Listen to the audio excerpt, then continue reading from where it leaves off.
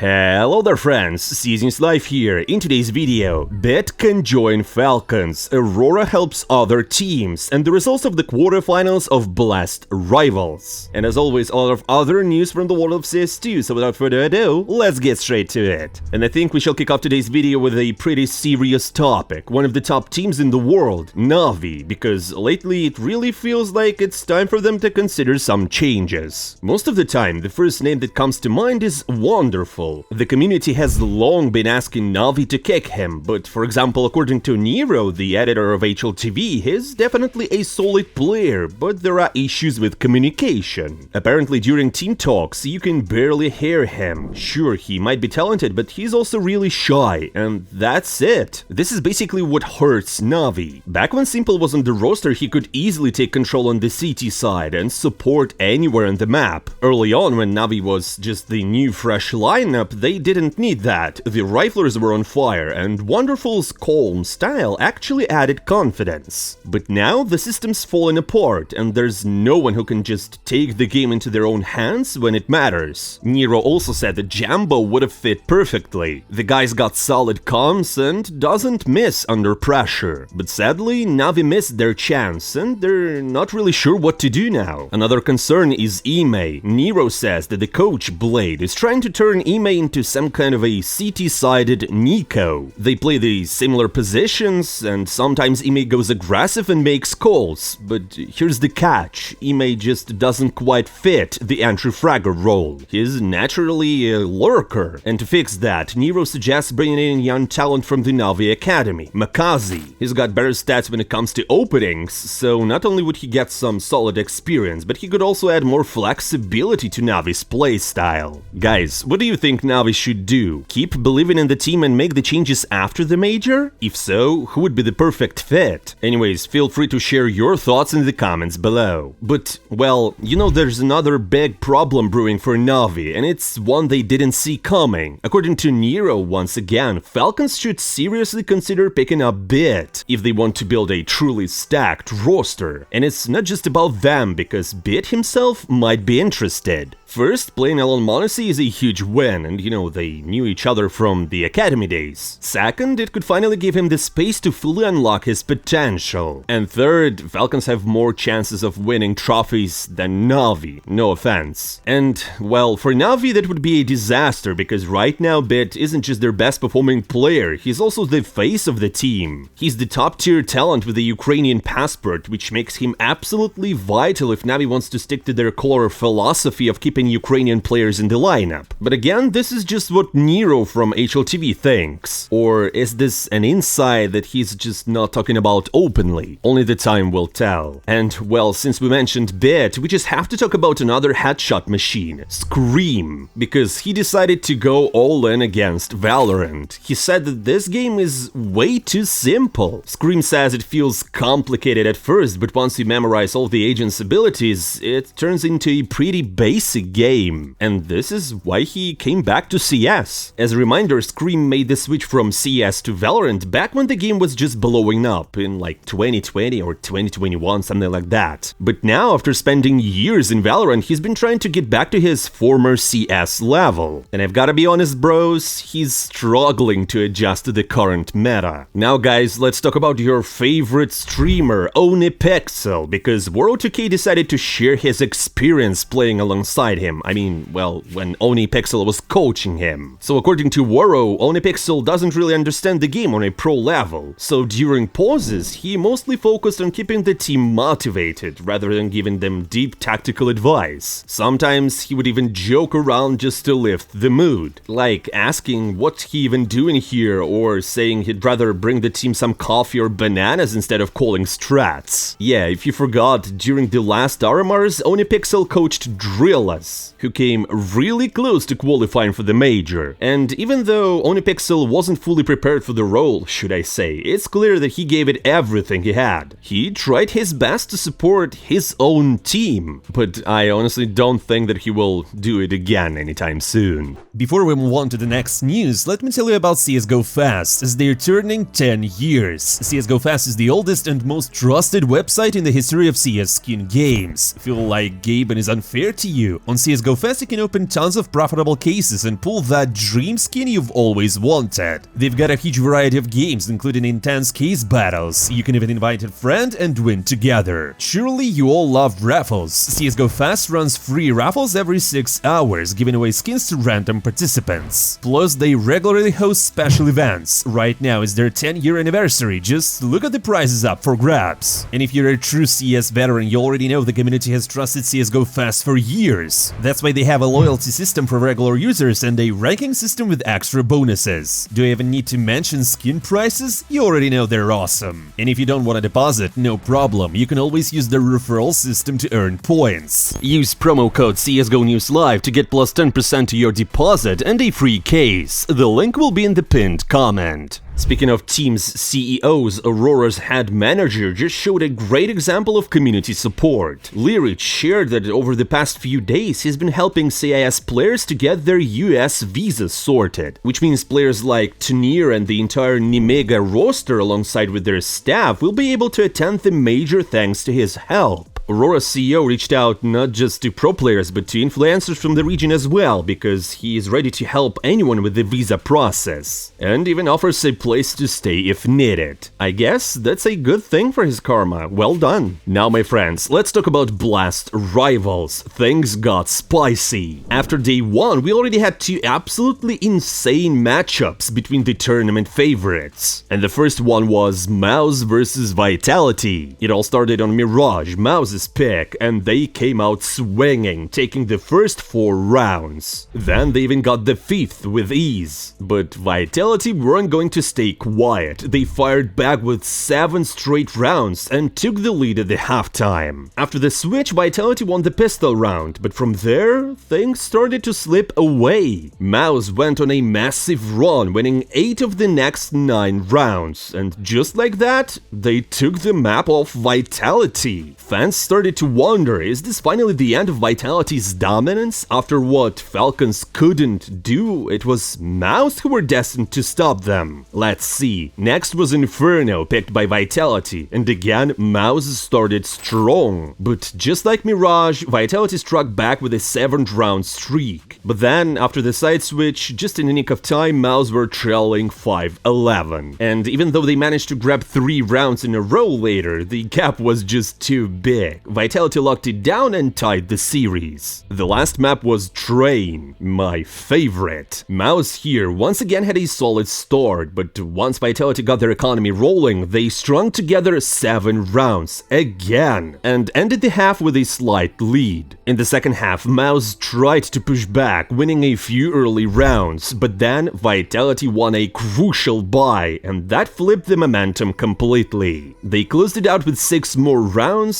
straight ones, and took the series. MOUZ were really close to breaking the streak, but, well, in the end, Vitality were stronger. The second big match of the day was Spirit versus Falcons. This one also started on Mirage, which was picked by Falcons. But it was a total domination from Spirit. The Dragons were playing like they were on a deathmatch server of some sort. The first half ended 8-4, and in the second, Falcons didn't win a single round. Just like that, it was over for them. Even the usual low fraggers in Spirit had some huge numbers, though surprisingly Shiro didn't show up this time. On the Falcons side, on Mirage, things looked worse. No one even hit a 1.0 KD, and makazze, who was celebrating his birthday, finished with a rough 6-11. But then things flipped on Spirit's map pick. Falcons started strong. They grabbed 4 early rounds. Spirit responded with 6 of their own, but Falcons bounced back before the halftime and tied it up. Then they switched to T-side and completely shredded Spirit's defense, winning 7 rounds in a row and taking their map. Which brought us to the decider, and it had all the classic elements of a nail-biter. Both teams were trading rounds and streaks back and forth, and of course, it went to overtimes. And in the end, surprisingly, Falcons came out on top. And while obviously it was all about makazze, all of a sudden his partner in crime wasn't Nico here, it was Magisk, who matched Donk in frags. Looks like Falcons are finally finding their rhythm, and when that happens, Magisk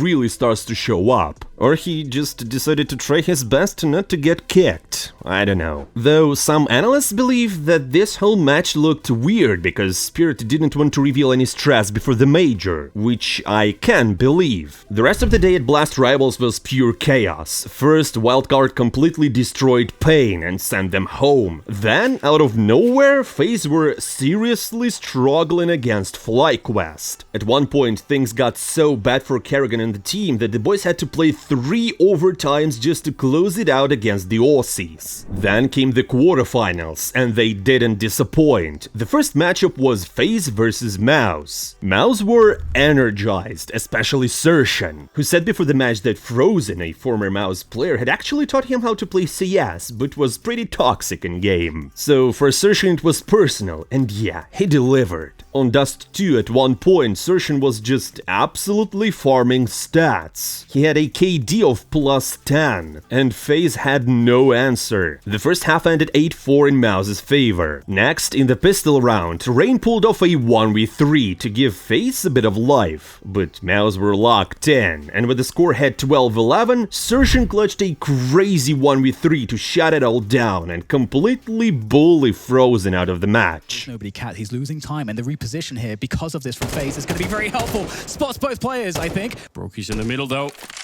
He's hearing him, but because it's the scout, he can't get the kill. He puts him down to just 4 points of health. Not getting the kill there, the bomb will be planted. Elige running up close, but he doesn't have the grenade to get rid of him. Just a bit of a decoy. That's not getting the job done. He's got the right view, and there we go. Exertion clutches his way through.